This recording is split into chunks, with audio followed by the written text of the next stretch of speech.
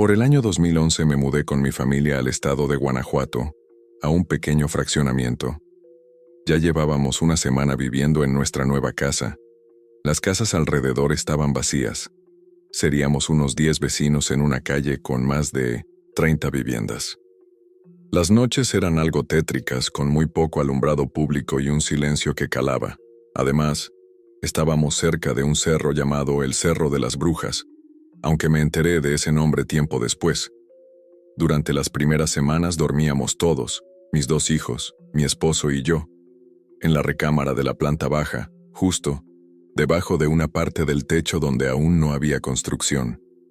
Una noche, pasadas la 1 de la madrugada, cuando ya estábamos acostados y a punto de dormir, empezamos a escuchar pisadas. Pero no eran pasos comunes, sino pisadas pequeñas, como si muchos niños estuvieran corriendo o brincando sobre el techo, como si bailaran. Nos miramos entre todos en silencio para poder oír mejor. Las pisadas continuaban y, de pronto, comenzaron a escucharse risas. Risas de niñas. Eran claras, juguetonas, inquietantes. Intentamos racionalizarlo pensando que tal vez eran ruidos de los vecinos, pero los vecinos más cercanos estaban a 5 o 6 casas de distancia, y al otro lado de la calle. Nadie podía estar sobre nuestro techo.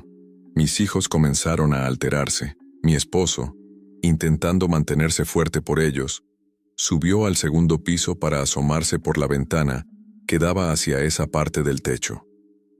Muy lentamente, corrió la cortina y, en la orilla de la barda, vio una figura agachada, en cuclillas, completamente vestida de negro.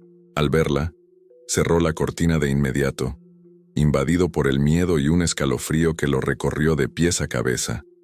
Respiró hondo, tomó valor y volvió a abrirla de golpe, fingiendo que le iba a lanzar algo. Entonces, esa figura saltó hacia el otro lado de la barda. Ya no era una persona. En el aire, se transformó en un gato enorme.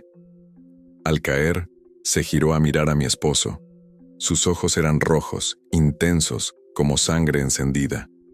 Mi esposo corrió hacia abajo, se metió en la recámara, me contó lo que había visto y nos pusimos a rezar durante toda la noche. Pasaron las semanas y tratamos de convencernos de que había sido un incidente aislado. Volvimos a la rutina. Mis hijos dormían en su habitación, nosotros en la nuestra. Pero una mañana noté algo extraño en el rostro de uno de mis hijos. Tenía una gran mancha en la barbilla, como si le hubieran succionado la piel. No parecía un golpe, más bien parecía un chupetón, pero abarcaba toda la barbilla. Lo toqué, le pregunté si le dolía, y me dijo que no. Tenía 7 años. Me juró que no se había pegado. Fue ahí cuando me convencí de que alguien, o algo, lo había chupado. Fui con mi abuela para contarle lo que había pasado. Sin dudarlo me dijo, «Eso fue una pinche bruja. Cuida bien a tus hijos, aunque ya estén bautizados, siguen en peligro». Tomé sus palabras en serio. Empecé a proteger la casa con agua bendita y tijeras en las ventanas. Desde entonces, dejaron de molestar a mis hijos. Con el tiempo, algunos vecinos que llevaban más años viviendo allí me contaron que en el cerro cercano, en las noches, se veían bolas de fuego elevándose. Por eso le llamaban el Cerro de las Brujas. Pasó casi un año hasta que llegaron nuevos vecinos a vivir justo al lado. Yo estaba encantada. Tanto silencio ya me tenía nerviosa. A las 2 semanas, una mañana, mi vecina, Maribel, tocó mi puerta. «Vecina, ¿usted cree en las brujas?», me preguntó. Me quedé pensando. Si le decía que sí, quizá pensaría que estaba loca. Pero le respondí con otra pregunta. «¿Por qué? ¿Qué pasó?». Me contó, angustiada, que una noche, como a las 2 de la madrugada, su esposo llegó de trabajar. Él manejaba un camión de transporte público, y como de costumbre, su hijo de 15 años lo ayudaba a lavarlo mientras él se fumaba un cigarro. Terminaron el cigarro, se metieron a ver la televisión, y de repente el muchacho entró corriendo gritando, «¡Mamá, mamá, una bruja!». Salieron corriendo y efectivamente, Vieron bolas de fuego saltando sobre los techos de las casas de enfrente. El joven estaba realmente asustado. Pero el papá, queriendo hacerse el valiente, comenzó a gritar: «¡Pinches brujas! ¿Por qué andan espantando a mi hijo? Mejor vengan a chuparme los huevos». La señora le pedía que se callara, que no sabía con qué estaba hablando realmente. Se fueron a dormir. Pero al día siguiente, el señor despertó con un fuerte dolor en sus entrepiernas. Al revisarse, descubrió que tenía marcas de mordidas y chupetones grandes en las piernas. La verdad, cuando mi vecina me lo contó, no me sorprendió tanto. Aunque pensé que tal vez el marido había andado con otra mujer, pero Maribel insistía: «Vecina, en serio, venga, entre a mi casa». Mi esposo estaba en short, y sí, tenía esas marcas. Son idénticas a la que su hijo tenía en la barbilla. Fue entonces cuando le conté lo que nos había pasado a nosotros. Con el tiempo, comenzaron a circular más historias entre los vecinos. Decían que se veían a unas viejitas caminar de madrugada por la avenida principal, rumbo a una laguna al final del fraccionamiento. Poco después, se veían las bolas de fuego elevarse desde ahí hacia el cerro. Nunca intenté investigar más. Solo me aseguré de proteger nuestra casa y a mis hijos. Porque vivir algo así, en verdad, te paraliza del miedo. Hace un año presté mis servicios como maestra rural en una comunidad de alta marginación en el Estado de México. La comunidad era sumamente pequeña, ubicada en la punta de un cerro, lo que la mantenía bastante alejada del centro más urbanizado. Al tratarse de una comunidad con alto grado de marginación, no contaban con una escuela formal. Esta consistía en 2 salones, un baño en la parte trasera y un pequeño cuartito donde dormíamos mis 2 compañeras y yo. No había barda, por lo que estábamos prácticamente desprotegidas. Cualquiera podía tener acceso a las instalaciones.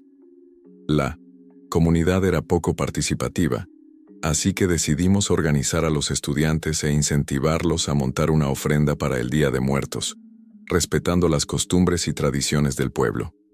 Lo discutimos con las madres de familia y a regañadientes aceptaron. Acordamos que llegaríamos a la escuela el 2 de noviembre por la tarde-noche.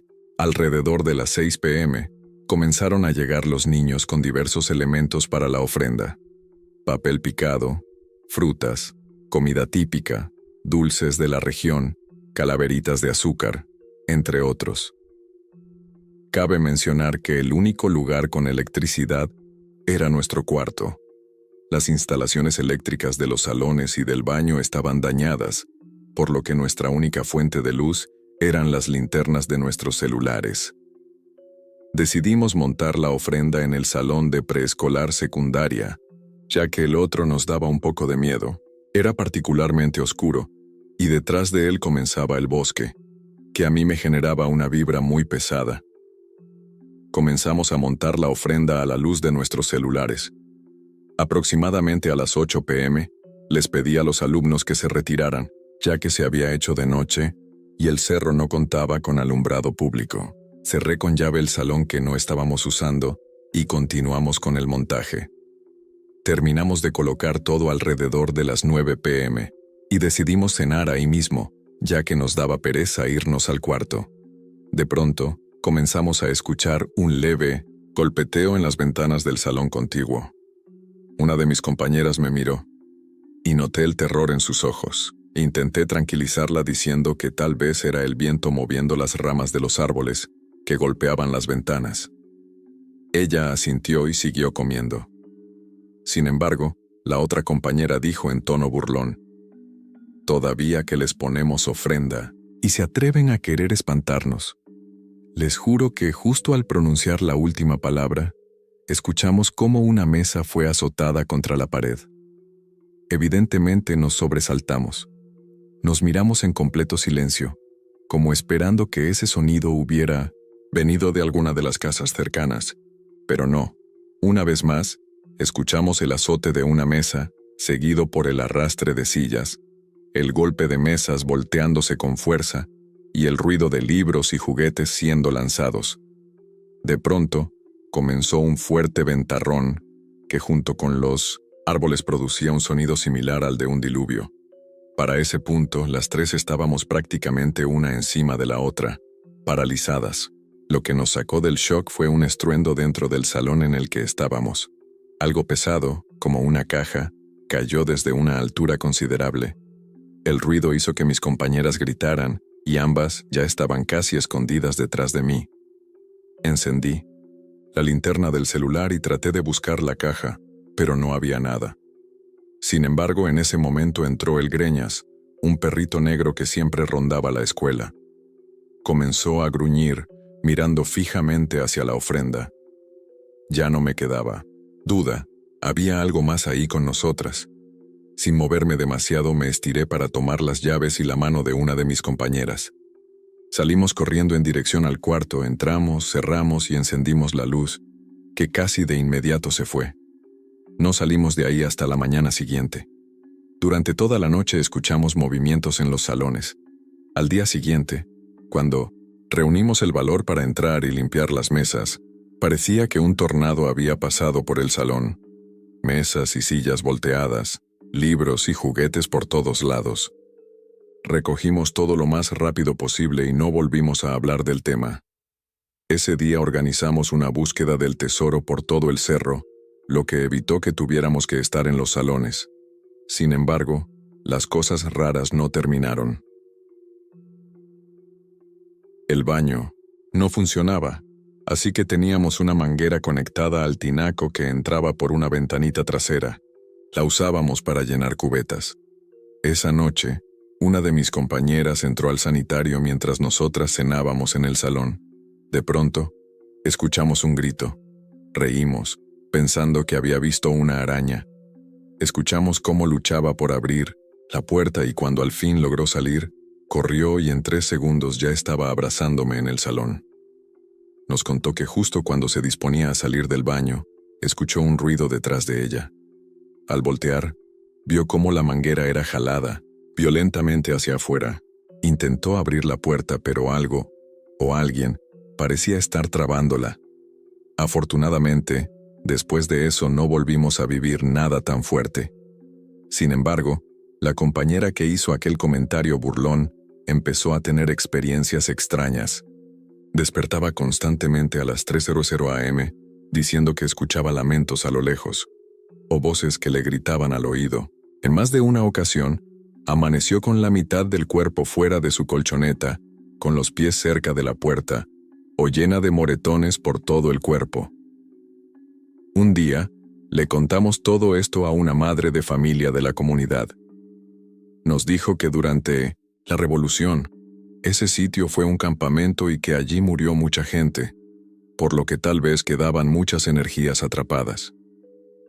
Otra persona del pueblo nos comentó que ahí se aparecía una niña, que solía impedir que cerraran las puertas, como jugando. Gracias al cielo nunca la vimos, porque los niños fantasmas son lo que más miedo me dan en esta vida. Lo último que nos ocurrió en ese lugar, ya casi al final del ciclo escolar, fue que una mañana, al despertar, vimos una mano marcada en la pared. Apareció de la nada, de un día para otro. Preferimos no tocarla ni limpiarla. Una señora nos dijo que quizá en ese lugar alguien había abortado, y por eso apareció esa manita. No lo sé. Sinceramente, tuve una estancia muy tranquila en ese lugar. Desde aquella horrible experiencia, decidí llevar conmigo un angelito de cerámica que me ha protegido desde que era niña. La historia de cómo llegó a mí es muy curiosa. También creo que mucho tiene que ver el respeto que le tengo a lo paranormal. Yo creo en esas cosas, y aunque me aterra saber que no estamos solos, siempre intento mantener una actitud positiva. Este acontecimiento me dejó profundamente marcado, sobre todo por el terror que viví de manera directa. Jamás en mi vida había sentido un miedo tan intenso.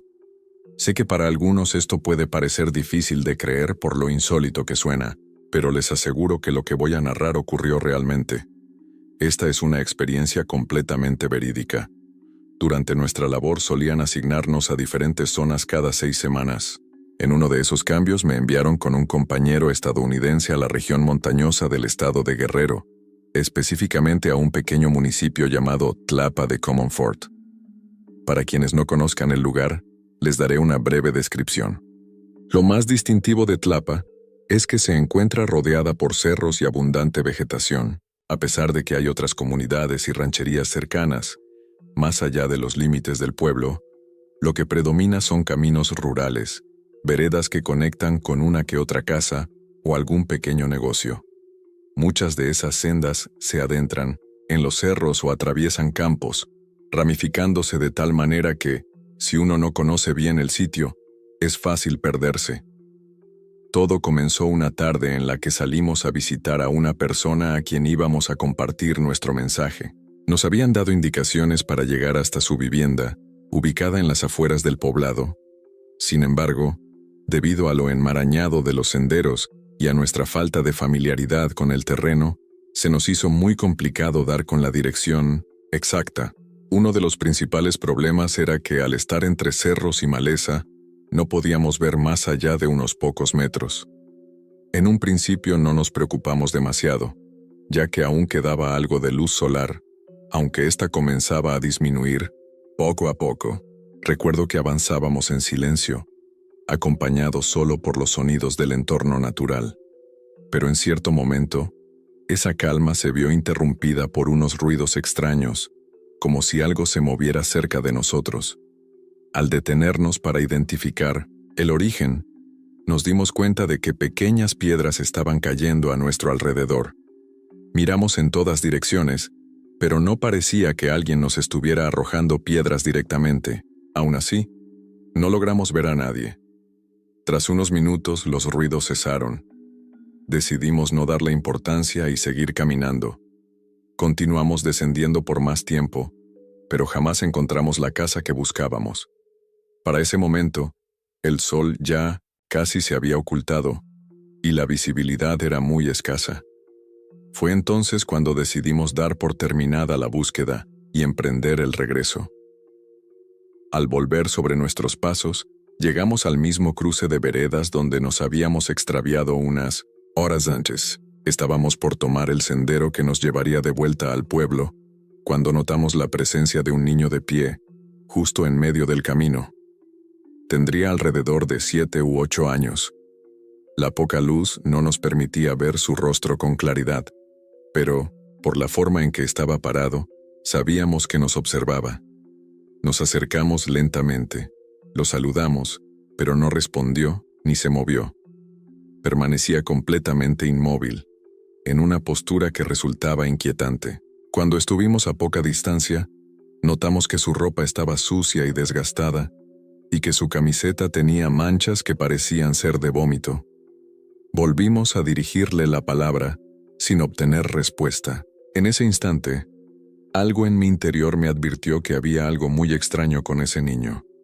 Instintivamente di un paso atrás y sujeté del brazo a mi compañero para detenerlo, pues él aún intentaba acercarse más.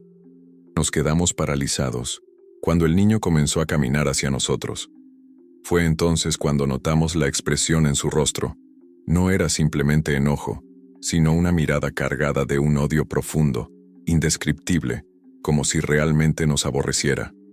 Sentimos un escalofrío recorrer nuestro cuerpo. De pronto empezó a arrojarnos piedras mientras gritaba maldiciones en un idioma que no logramos identificar. Al principio pensamos que era mixteco, común en esa zona, pero yo ya tenía cierta experiencia con esa lengua, y lo que ese niño decía no se parecía en nada. Su voz era tan grave y gutural que nos hizo estremecer. El pánico nos invadió, y salimos corriendo cerro abajo, sin importar los golpes o raspones por entre los arbustos y ramas. Solo queríamos alejarnos de ahí lo más rápido posible. En varias ocasiones volteamos hacia atrás y pudimos ver que el niño nos seguía, murmurando lo que parecían ser maldiciones o palabras llenas de rabia en esa lengua extraña, casi demoníaca. Cuando por fin llegamos a las faldas del cerro, tomamos el primer sendero que encontramos. Avanzamos unos metros hasta llegar a una pequeña tienda, y sin pensarlo 2 veces, entramos. Recuerdo que irrumpimos gritando, suplicando ayuda, arrastrando con nosotros una sensación de horror indescriptible. Mi compañero y yo estábamos fuera de sí. El hombre que atendía aquel modesto negocio dio un salto del susto y se volteó hacia nosotros, preguntando con voz alarmada qué nos ocurría. Nosotros apenas podíamos respirar, tan alterados que ni hablar podíamos. En ese momento, el señor dirigió su mirada hacia la entrada, y de inmediato sus ojos se llenaron de lágrimas de puro terror. Se arrodilló temblando y comenzó a rezar. Al ver su reacción, nos volteamos, y el miedo volvió a apoderarse de nosotros con una intensidad brutal. Pensábamos que dentro del local estaríamos a salvo, pero estábamos completamente equivocados. Justo en el umbral de la puerta estaba el mismo niño, de pie, observándonos fijamente. Entonces comenzó a reírse de una forma descontrolada, con un tono burlón que nos heló la sangre. Pero lo más perturbador fue darnos cuenta de un detalle escalofriante.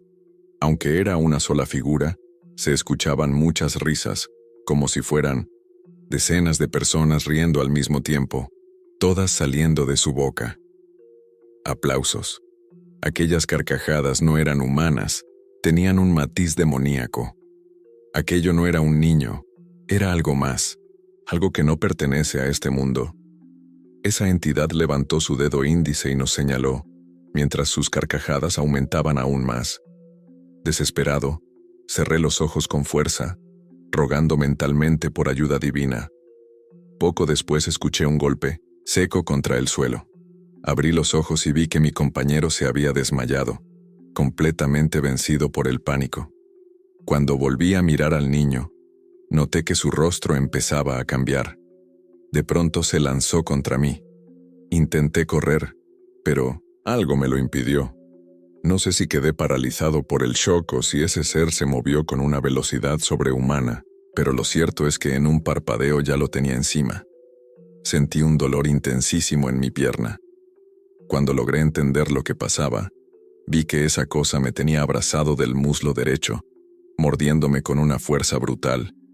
Mi reacción fue sacudir la pierna violentamente, logrando que saliera volando hacia la puerta. Lo vi estrellarse de espaldas contra el suelo y levantarse de inmediato, para luego salir corriendo hacia la oscuridad del campo.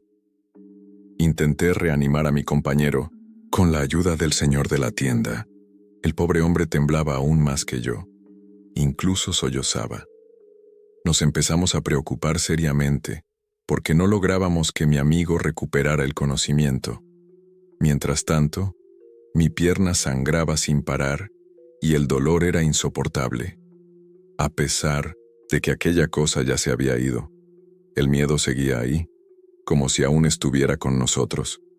Llamé por teléfono a una congregación religiosa cercana para que vinieran a recogernos en su coche. La espera se hizo eterna, pero finalmente llegaron y por fin salimos de ese lugar maldito. Antes de terminar mi relato, quiero aclarar algunos puntos. Después de vivir algo así, no podía simplemente olvidarlo. Por el contrario, mi mente se llenó de preguntas y necesitaba respuestas. Me puse a investigar lo ocurrido y descubrí que años atrás, el pueblo de Tlapa había sido invadido por el terror. Todo comenzó con una ola de robos de animales de granja, especialmente aves de corral.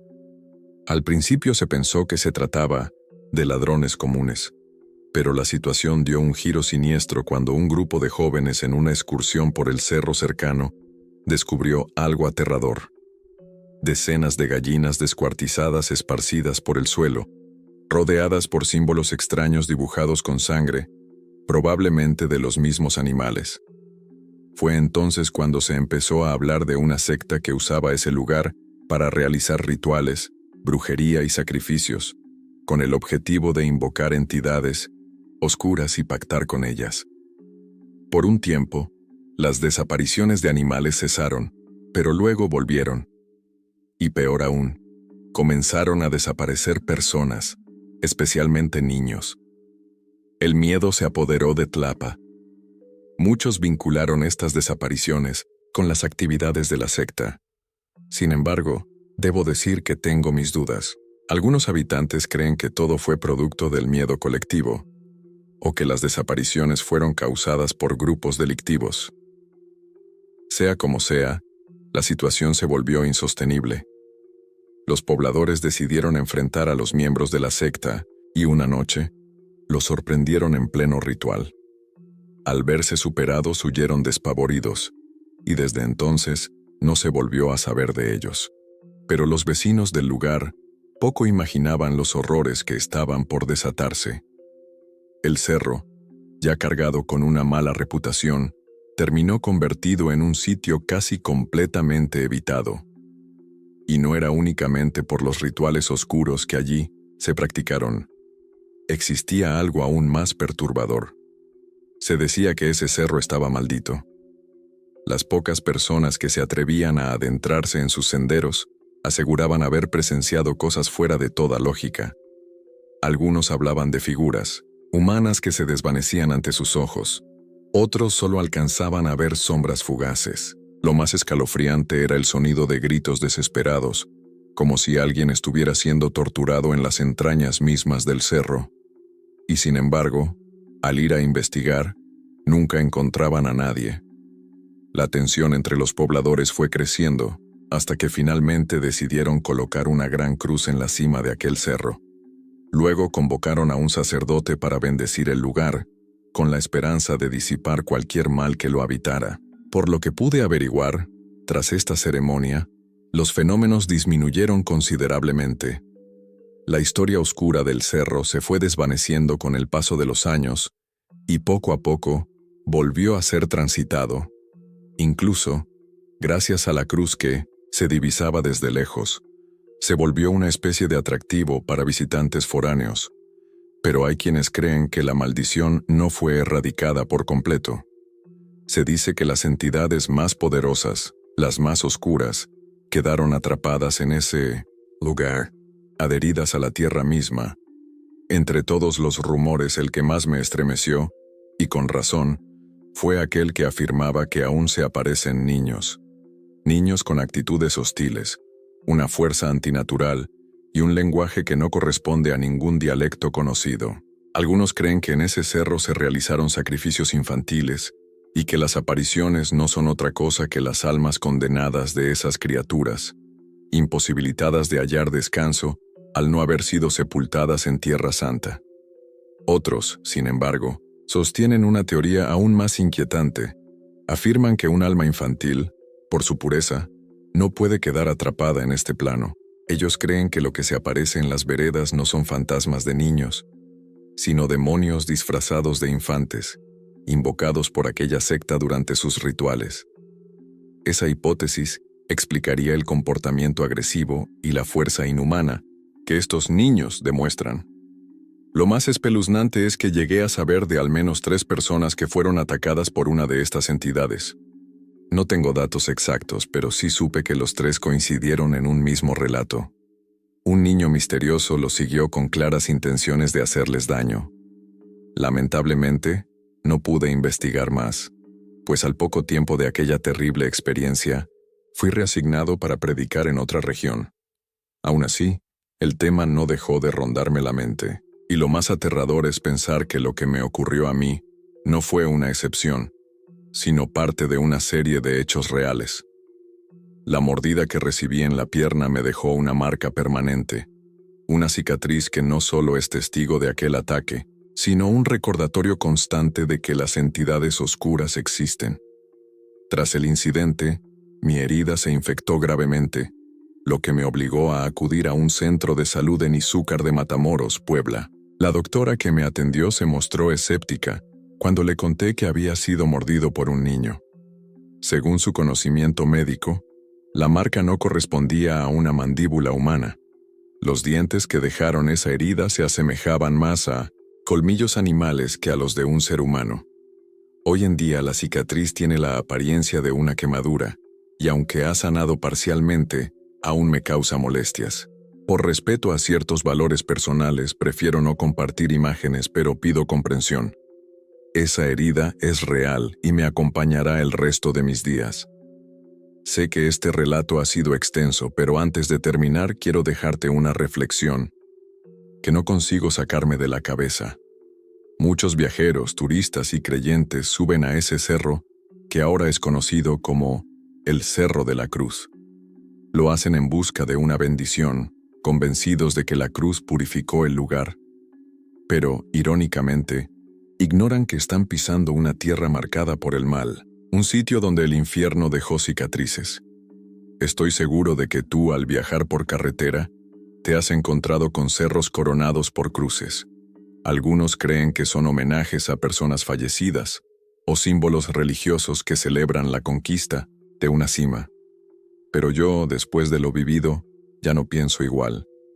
Ahora, cada vez que veo una cruz sobre un cerro, me pregunto si no será un intento desesperado por contener el mal. Quizá esas cruces no están ahí como simple señal, sino como barreras. Tal vez en esos lugares se libraron batallas silenciosas entre el bien y el mal, y tal vez aún se están librando. Como expredicador, mi deber fue siempre defender los valores del Evangelio y difundir la fe en el Señor. Siempre creí firmemente en la existencia de ángeles. Pero si hoy me preguntas si creo en los demonios, te responderé sin dudar. Sí, existen, y yo los he visto. Esa tarde estaba furiosa, aunque quizás más que furiosa, diría que me carcomía la rabia. Por pura curiosidad, me dieron ganas de gritarle a mi mamá que odiaba ser parte de una familia tan disfuncional, pero me contuve. Ella solo nos dijo que subiéramos al coche porque el viaje hasta la casa de la abuela sería largo, y tenía razón. Para empezar, salimos tardísimo, ya casi daban las 6 de la tarde, así que terminaríamos manejando de noche. Mi papá iba al volante, mamá de copiloto. En el asiento trasero venía mi insoportable hermano Raúl y yo. Por cierto, me llamo Fátima. Mi abuela no vive exactamente en un pueblo, pero su casa está en un municipio alejado, por lo que tenemos que atravesar cerros y caminos escarpados para llegar. La discusión con mi mamá comenzó porque le dije que era una pésima idea viajar de noche por esos lugares. Entre cerro y cerro, cualquier cosa podía fallar: los frenos, las luces, y quedarnos varados en medio de la nada. Pero a ellos les pareció excelente idea. Ya sabes, cuando se les mete algo en la cabeza no hay poder humano que los haga cambiar de opinión. Total, iniciamos el viaje con música, cantando y comiendo bombones. Yo iba de malas, pero poco a poco me fui contagiando del ambiente. Pasamos a la parte del camino rodeada de maleza, justo antes del primer cerro. Ya estaba oscureciendo, así que todos nos quedamos callados, absortos en nuestros pensamientos. Yo miraba los árboles y las luces lejanas de las casas que íbamos dejando atrás. Raúl ya venía cabeceando mientras mis papás iban concentrados en el camino. «Oye, Fátima, ¿sabes la historia del Cerro de los Espíritus?», me preguntó mi mamá. «No». «A ver, cuéntamela. A ver si así se me quita el aburrimiento», le respondí. «Cuenta tu abuela que por este rumbo hay un cerro donde han pasado muchas tragedias. De día, cualquiera lo ve normal. La gente lleva al ganado, a los chivos o incluso se suben con cervezas. Pero de noche, nadie quiere acercarse. Da miedo pasar por ahí, sobre todo porque por esta zona hay mucho narco. En ese cerro han encontrado los cuerpos de muchos hombres, algunos identificados y otros no. Como no todos fueron reclamados, los enterraron como desconocidos en el panteón municipal, sin misas ni veladoras. Por eso se dice que sus almas no descansan. Dicen que en las noches se pueden ver figuras flotando o grupos de hombres que suben el cerro y desaparecen poco a poco entre la oscuridad. Yo escuchaba con atención, aunque sin creer demasiado. Lo de los cadáveres no lo dudaba, eso sí se sabía. Pero lo de los espíritus me parecía más una leyenda para asustar ingenuos. Pasó como una hora en la que dormitaba por ratos. Mis papás seguían hablando sobre si lo del cerro era cierto y si no sería mejor tomar otro camino. Pero mamá insistió en seguir por ahí.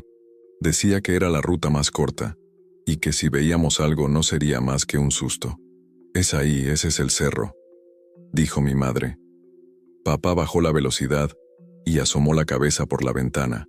Dijo que todo se veía normal, pero aún así frenó Un poco, mirando como si buscara algo invisible.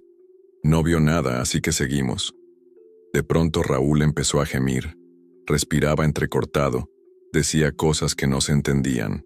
Le avisé a mi mamá, pero me respondió que solo estaba soñando. Ya cruzábamos el famoso cerro y, aunque yo no vi nada extraño, Raúl empeoraba. No solo murmuraba cosas, sino que sudaba como si estuviera en una sauna. Le rogué a mamá que hiciera algo. Papá detuvo el coche y trataron de despertarlo, pero no respondía. Parecía en trance, como en un delirio. La expresión serena de mis padres desapareció y mi mamá le pidió a papá, casi llorando, que manejara más rápido para llegar a casa de la abuela. Llegamos después de un rato. Supe que estábamos ahí por el fuerte olor a cerdo. Mi abuela cría puercos para venderlos en la carnicería. Apenas llegamos, acostamos a Raúl en una cama y le pusimos trapos húmedos en la frente. Mi mamá intentó hablarle a un doctor, pero nadie contestaba. La abuela nos preguntó qué pasaba. Yo le conté que Raúl se puso mal justo al pasar por el cerro donde encontraron varios cuerpos. «Ave María Purísima», dijo la abuela palideciendo. «Este niño no necesita un médico. Hay que rezar, porque seguramente se le pegó algo». Yo tenía un miedo tremendo. No cuestioné nada. Me arrodillé junto a la cama de mi hermano, mis papás hicieron lo mismo. Rezábamos los misterios dolorosos, cuando de pronto las ramas afuera empezaron a crujir. El viento golpeaba las paredes con fuerza. Raúl dejó de quejarse, pero entonces empezamos a oír los chillidos desgarradores de los puercos. Sonaban como si los estuvieran torturando. Fue horrible. Hasta hoy, esos sonidos me persiguen, me recuerdan lo que dicen en El silencio de los inocentes, cuando mencionan la matanza de los corderos. Cuando el viento cesó, la abuela salió con una lámpara para ver qué pasaba. Mis papás y yo la seguimos. Al llegar al corral, vimos algo aterrador. Los 10 puercos que tenía mi abuela saltaban cubiertos de sangre, desangrándose vivos. No aguanté el olor ni el horror. Salí corriendo a vomitar y me puse a llorar como nunca. Esa noche ya no pasó nada más. Apenas salió el sol, mi abuela nos dijo que fuéramos a ver al padre del pueblo para contarle lo sucedido. No sabíamos cómo explicarlo, pero el sacerdote nos dijo algo escalofriante. Que un demonio que ronda ese cerro se metió en el cuerpo de mi hermano y que, para liberarse, tomó a los puercos como sacrificio. De eso ya pasaron varios años. No suelo hablar del tema porque nos dejó una herida muy profunda. Lo que sí te puedo decir es que mis padres aprendieron la lección. Desde entonces, jamás vuelven a pasar por ese cerro de noche, y mucho menos se acercan al llamado Cerro de los Espíritus. Ocurrió por ahí de 1979, en Morelia, Michoacán. Era una tarde-noche cualquiera, alrededor de las 7:00 p.m., cuando comenzaba a oscurecer. Mi madre estaba preparando la cena en su fogón cuando un estruendo, como si hubiese caído un rayo, sacudió el ambiente. Pensando que había sido una tormenta eléctrica, subió apresurada a la segunda planta para destender la ropa que había colgado más temprano. Ella recuerda que, conforme subía los escalones, la poca luz del sol que aún quedaba desaparecía como si alguien la estuviera apagando con cada paso. Empezó a rezar, pues en ese tiempo ya se hablaba de las famosas tinieblas, un fenómeno del que te hablaré en otra ocasión. Al llegar arriba, lo que vio la hizo pensar que el fin del mundo había comenzado. En el Cerro del Quinceo surgieron unas luces potentes, tan brillantes como el sol, que se filtraban entre los árboles. De pronto, otro estruendo retumbó en el aire. Mi madre, aterrada, bajó corriendo a avisarle a mis abuelos. Mi abuela, al escuchar lo que describía, supo de inmediato que no era algo bueno. Esa zona aún no tenía electricidad, así que esa noche apagaron todas las velas y dejaron encendido únicamente un cirio pascual. Mi abuelo fue a buscar a mis tíos a la gasolinera donde trabajaban. Al caminar por las calles notó algo inquietante. Estaban completamente vacías. No se oía ni un alma, como si el mismo diablo anduviera paseándose por Morelia. Esa noche, nadie pudo dormir. Mi madre dice que en la madrugada alguien tocó la puerta. No abrieron. Insistieron varias veces, pero tampoco respondieron. Lo que los detuvo fue una pequeña luz que se colaba por debajo de la puerta. Y en una colonia sin luz eléctrica, no era normal.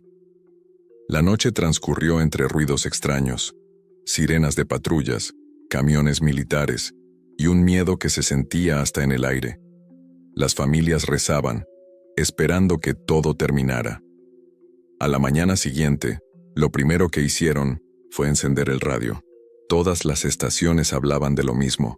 Anoche bajaron los marcianos en el Cerro del Quinceo. Un hombre que vivía en el cerro fue abducido. Van a volver a bajar. En la radio, en los periódicos, en la calle, no se hablaba de otra cosa. Mi madre, aunque temerosa, tuvo que salir a trabajar como todos los días. Vendía tortas y fue al mercado de abastos por verduras. Allí empezó a escuchar comentarios extraños. «Había un jitomate más grande que tu cabeza y la mía juntas», decía una señora. «Los soldados se llevaron una zanahoria de 1,5 metros», comentó otro señor. Ella, incrédula, les preguntó de dónde venían esas cosechas. Uno le respondió: «Ay, hija, del Cerro del Quinceo. Los marcianos hicieron experimentos anoche. Al llegar a casa en la tarde, mi abuelo la esperaba con una advertencia. Mañana no. Saldrán a trabajar ni podrán estar fuera después de las 7. Hay toque de queda». Mi madre les contó lo que escuchó en el mercado y mi abuela, muy seria, le dijo: «Pues lo creas o no, fui a ver nuestra milpa y los elotes se dieron esta mañana, pero muy grandes y feos. Ayer aún no estaban así». Al día siguiente, mi abuelo compró una televisión portátil, de esas que apenas se veía la imagen, y la conectó a una batería de coche. Vieron las noticias. Cosechas gigantes descubiertas en el Cerro del Quinceo. Conejos del tamaño de perros fueron encontrados. Vecinos reportan plaga de ratas mutantes de más de 1 metro de largo. Y lo más inquietante, el hombre desaparecido. Vivía en medio del cerro. Su ropa, morral y huaraches fueron hallados junto al sitio donde cayó el primer estruendo, pero de él, ni rastro. Pasaron los años, hasta que un día apareció, un hombre desnudo, desnutrido, fuera de sí, gritando que lo habían secuestrado los marcianos. Su cuerpo tenía marcas extrañas, como de experimentos. Lo internaron en un hospital, pero no vivió mucho. Unos dijeron que murió por radiación, otros por desnutrición, o quizás simplemente enloqueció. Nunca se supo la verdad. Hoy, casi nadie recuerda esta historia. Pero los que vivimos en Morelia, sabemos que en el Cerro del Quinceo aún se ven luces flotando, y desde aquel día, esa tierra jamás volvió a ser fértil. Está en tus manos creerla o no. Al final, cada quien decide en qué mundo vive. Hace aproximadamente 20 años, mi familia y yo, oriundos de El Remolino, Juchipila, Zacatecas, decidimos pasar un día de campo en la huerta de mangos, ubicada a las faldas del Cerro de las Ventanas, hoy conocido como zona arqueológica. Después de comer, a mi mamá se le ocurrió una idea: subir el cerro. Así que comenzamos la caminata abriéndonos paso entre los árboles de mango. Íbamos mis padres, mi hermano mayor, mi cuate y yo. Todo era un ambiente familiar, tranquilo, como si el cerro nos recibiera de buena manera. Al poco tiempo de comenzar a subir, nos encontramos con un espacio de pasto aplastado, como si un animal grande hubiera estado acostado allí. «No habrá algún animal por aquí, es peligroso. Mejor no hay que subir», dijo mi mamá con algo de preocupación. A pesar de eso, ya que estábamos centrados en calor, decidimos seguir. La meta era llegar a la mesa del cerro. Lo que vino después nos marcó a todos para siempre. Mientras avanzábamos entre árboles y matorrales, apareció ante nosotros una cerca de piedra, antigua, erosionada. Nos preguntamos de inmediato: ¿cuántos años tendrá? ¿Quién la habrá construido? Estaba justo en nuestro camino. La brincamos. A pocos metros de ahí, descubrimos algo inesperado. Un túnel en el suelo. Era un túnel perfectamente trabajado, con peldaños que descendían al menos unos 10 o 12 escalones hacia la oscuridad. Las paredes, conforme bajaban los peldaños, parecían lisas como enjarradas con lodo o abono. Mi reacción, al igual que la de mis hermanos, fue inmediata. «Papá, hay que entrar. Vamos a ver qué hay». Pero mi padre, aunque asombrado, no nos lo permitió. Unos 10 metros más adelante, hallamos otro túnel igual. Nuevamente insistimos en entrar, pero papá nos lo volvió a prohibir. Algo dentro de él había cambiado. Se notaba inquieto, nervioso. Comenzó a buscar referencias conocidas para orientarse, como si tuviera miedo de seguir explorando. Llegamos a un barranco desde donde se divisaba la comunidad de Contitlán, vecina de El Remolino. Desde allí solo se podía ver hacia el sur. El noroeste estaba cubierto por una densa línea de árboles. Regresamos un poco para intentar encontrar alguno de los tantos senderos que llevaban a la cima del cerro. Caminamos bastante, desorientados, sin lograr ubicarnos. Fue entonces cuando vimos algo más. A unos 30 o 40 metros abajo del camino, vimos una cueva peculiar, sostenida por una enorme roca con forma de pentágono, como si cargara parte del cerro. Tenía 2 entradas, una por cada lado de la roca. Lo más extraño era que en la entrada había restos de basura, como si personas hubieran estado ahí recientemente. También se desprendía un olor muy fuerte, penetrante. Otra vez insistimos: «Papá, hay que entrar a ver qué es». Pero él se negó rotundamente. «No, ese olor, esa cueva es de algún animal». Mientras nos alejábamos, seguimos observando la cueva. De pronto, en un árbol de mezquite frente a nosotros, 2 lechuzas nos clavaron la mirada. No eran aves comunes. Nos siguieron con la vista, girando sus cabezas con precisión mientras caminábamos. Todos lo notamos. No era normal. Más adelante, atravesamos una vereda muy angosta, casi pegados al cerro para no caer al vacío. Al terminar ese tramo, finalmente llegamos a la mesa del Cerro de las Ventanas. Fue un gran alivio. Mi padre, visiblemente cansado y perturbado, descansó un momento. Pero no tardó en apresurarnos para bajar, esta vez por el camino conocido. Días después, aún trastornado por la experiencia, mi padre acudió con el Pichilingue, un hombre de la comunidad encargado de vigilar el cerro en esos años. Le contó todo lo que habíamos visto. El Pichilingue, hombre sabio y respetado, respondió con palabras que jamás olvidamos. «Para empezar, el lugar por donde ustedes subieron está lleno de uña de gato. Nadie puede pasar por ahí sin salir arañado. Segundo, todo lo que vieron, lo vieron porque iban en un ambiente familiar, limpio, sin malicia. Se les permitió entrar a otra dimensión y supieron salir de ella. Y tercero, esas lechuzas que vieron eran indios vigilando la entrada de la cueva. El Pichilingue falleció años después, pero su mensaje quedó grabado en nuestra memoria. Hoy, después de tantos años, aún recordamos esa experiencia con claridad. En las veces posteriores que hemos vuelto al cerro, nunca volvimos a encontrar nada de lo que vimos ese día. Ni túneles, ni cueva, ni la roca pentagonal. Nada. Y lo más curioso, ninguna otra persona que conocemos ha visto algo similar, a pesar de haber recorrido el mismo cerro una y otra vez. Cuando hablamos de esto en familia, todos coincidimos en los mismos hechos, aunque algunos varían el orden de lo sucedido. Incluso hay detalles que yo no recuerdo, pero mis hermanos y mi padre sí.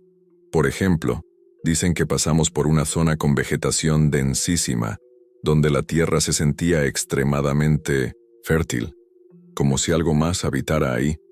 A veces pienso que cada quien recuerda lo que más le impactó, y por eso hay diferencias. Últimamente se habla mucho sobre los fallos en la Matrix. Quizá lo que vivimos fue algo parecido. Un instante en que las reglas normales del mundo se suspendieron y nos permitieron ver lo invisible. Gracias por leer esta historia. Créela o no, todos los que la vivimos la recordamos igual, y eso, para mí, la hace más real que cualquier explicación científica. Mi familia es originaria de un pequeño pueblo del municipio de González, en el estado de Tamaulipas, México.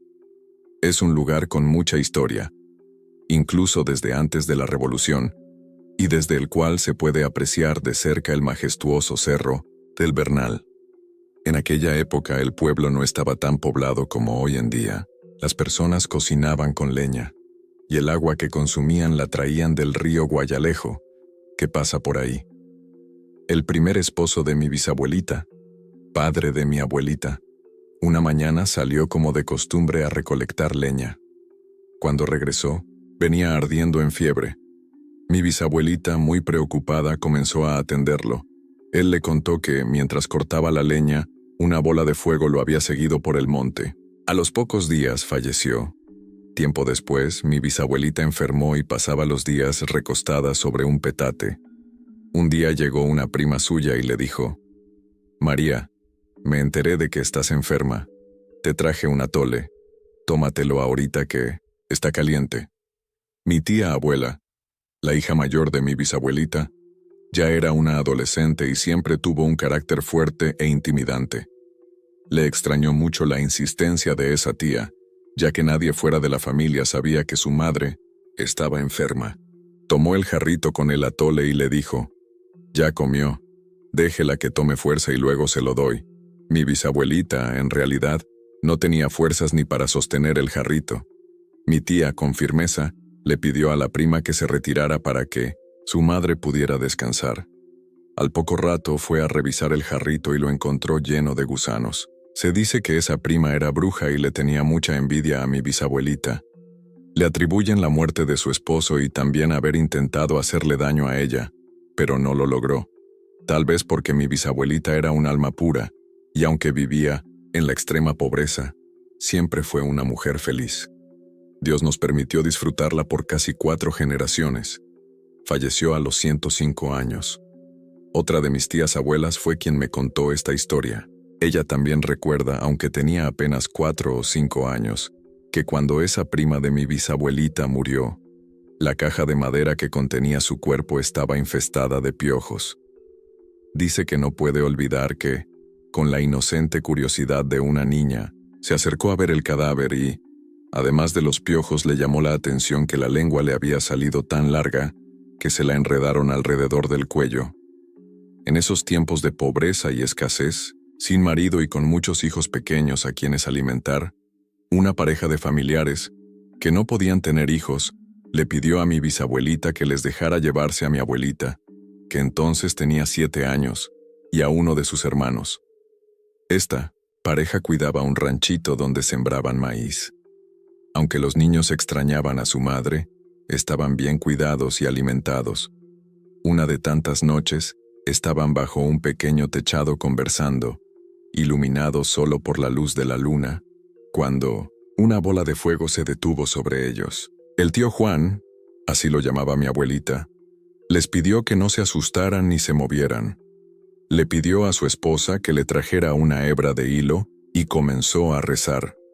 Después de cada oración, hacía un nudo en el hilo. Al hacer el último nudo, la bola de fuego descendió y tomó la forma de un guajolote, para finalmente caer al piso como una mujer desnuda.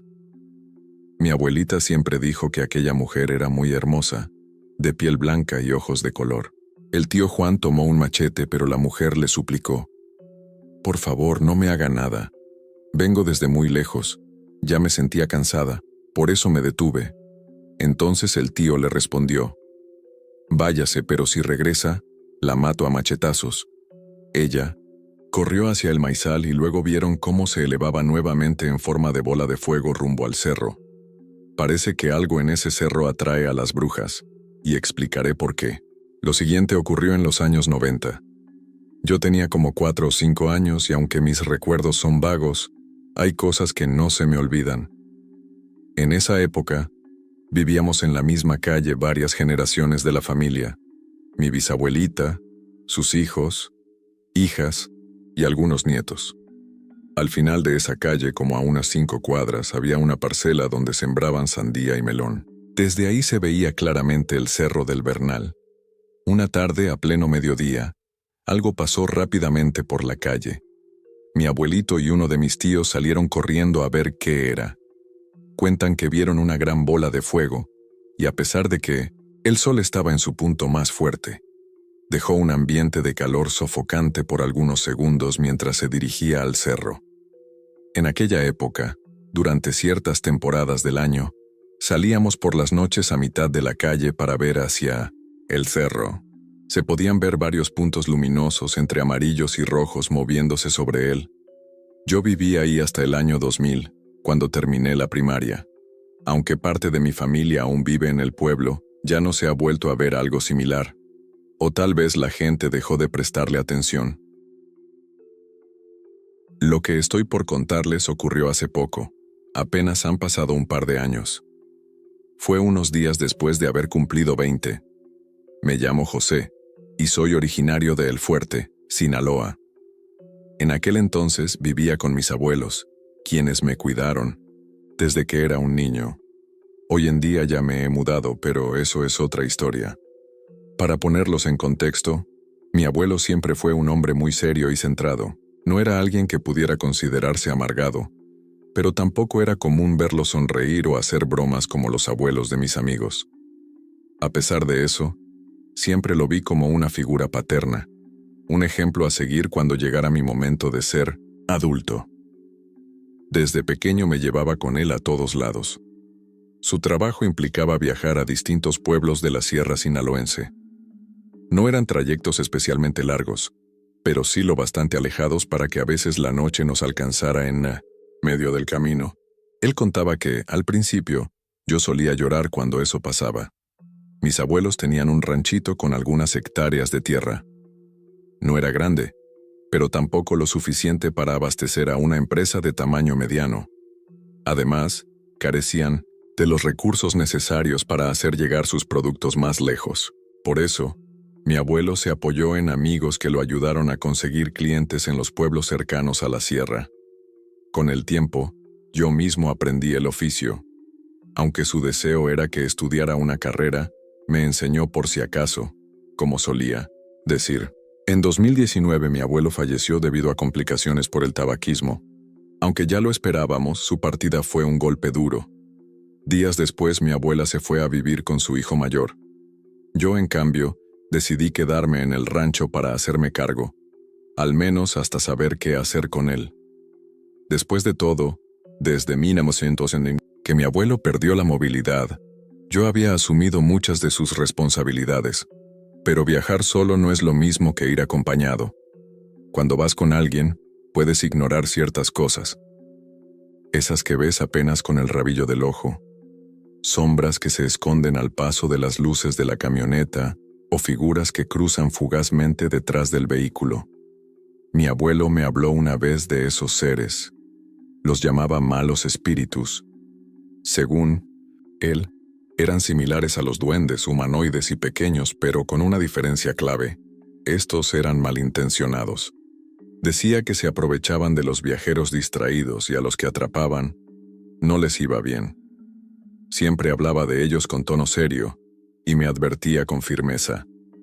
No importa lo que veas o escuches, nunca te detengas. En la sierra, un descuido puede costarte la vida. Grabé bien sus palabras. No las tomé como un simple cuento, sino como una advertencia. Y aunque recorrí ese camino muchas veces, nunca lo subestimé. Todo esto cobra sentido en lo que fue un día común de trabajo. Era viernes. Me levanté temprano para preparar los costales de maíz, frijol y algunos productos de limpieza que tenía que entregar. Desde el comienzo, algo se sentía raro. Apenas subí a la camioneta, empezó a fallar. Se apagó un par de veces, y el camino se me hizo más largo de lo habitual. Incluso se me ponchó una llanta. Pensé en regresar, pero cada problema se resolvía rápidamente, así que decidí continuar. No podía darme el lujo de fallar en las entregas, ya que eso pondría en riesgo la relación con los clientes. Con algo de retraso, logré hacer las entregas.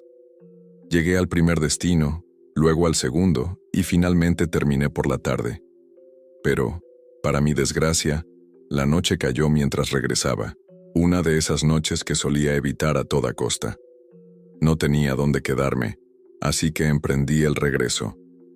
Pensé, en un par de horas estaré en casa. Lamentablemente, el optimismo me duró poco. Apenas se oscureció por completo, comencé a notar esas sombras en mi visión periférica.